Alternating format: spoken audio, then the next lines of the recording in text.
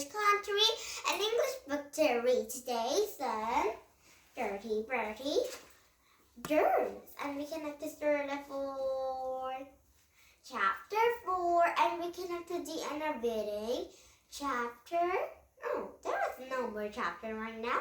So we can have to the end of reading these Germs story, okay? And now, one more time, story after reading about some magic treehouse lions at lunchtime. And we can have to start for these. Chapter 8, Yum. And we can have to the end of chapter 9, TikTok. Okay? And now, are you ready to read these 2 books and 2 stories? Here we go! First, we can read Bertie, Germs. Chapter 4. They reached the school gates. Bertie waved to the friends and Darren and Negrin, who was clutching their homework books, ready to hurl in. Mrs. Foot was prowling playground, glaring at anyone who dared to make a noise, and over by the wearing spirits, but Angela nicely stuck it out of the spring and a liquor. Angela lived next door to Bertie. She was 6 years old and really in love with him, and normally to try a Volter, but now she was only change. It was a liquid, said Bertie. Yes, full of Angela proudly. I buy it in my pocket money. Can I have a bit? Angela shook her head. No, it's mine. Go on, just a little bit. I already stuck out of my Germs,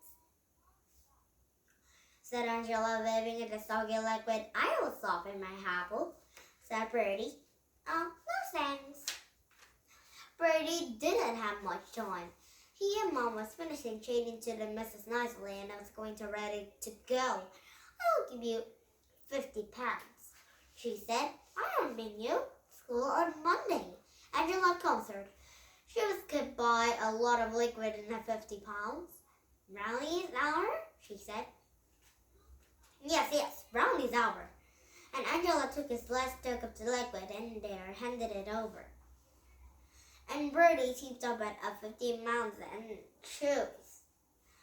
Mom was coming in. Bye. Then Bertie, have a good day at school. Bertie shouted. Mom, he groaned. What? Bertie pointed to his throat.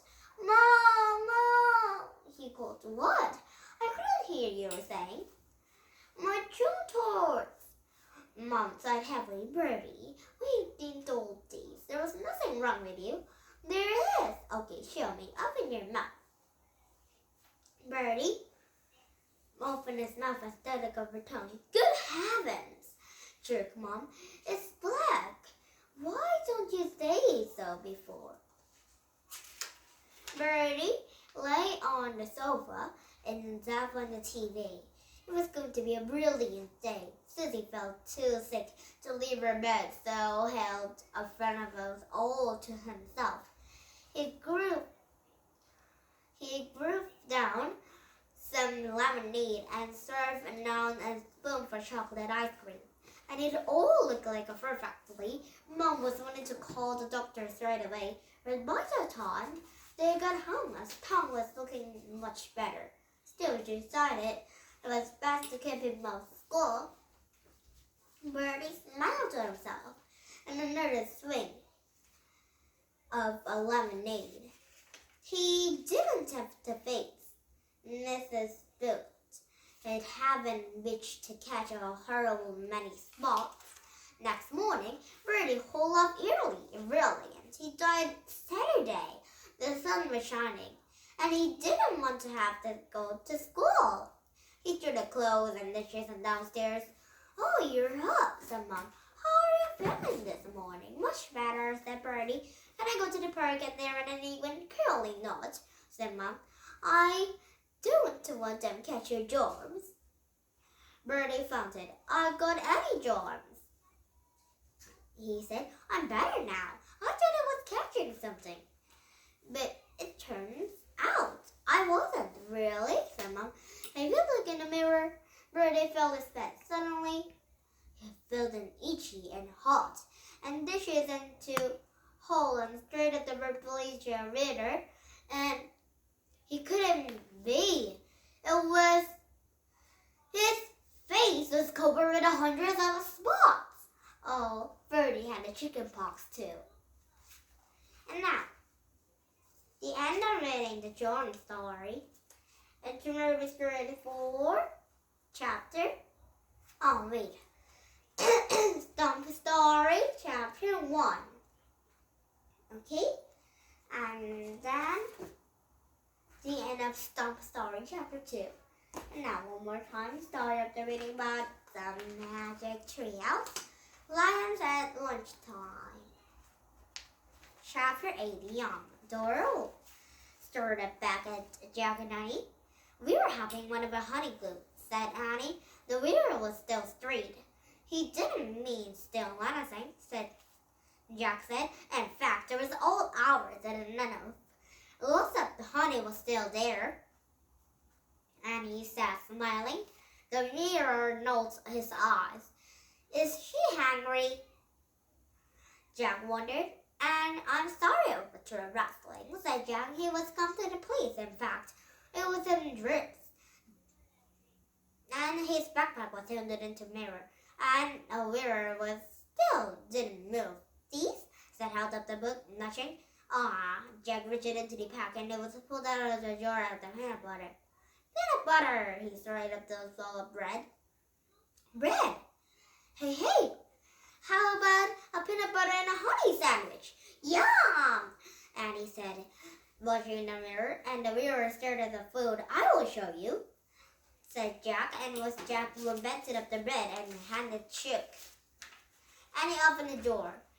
We don't have anything sprayed and lit, she said. Use your fingers, said Jack. Excuse me, Annie said to the mirror. I had to use my fingers, but they're pretty clean. The elephant just do it. Annie, said Jack. Okay. He sprayed the peanut butter, and full of the side of the bread was had figured that there was a stake tied to, had sprayed a honey from a beehive of another side. Jack and Annie was had their pieces of the bread together. Ta-da! Said Annie, handed up the sandwich of the rear, and there was all rid of the sandwich. But he didn't need it to make it just look it. It was the same time my sandwiches thus for. It was doesn't have to eat alone.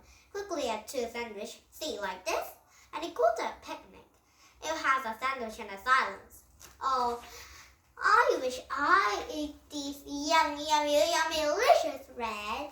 Please give me, Jack and Annie.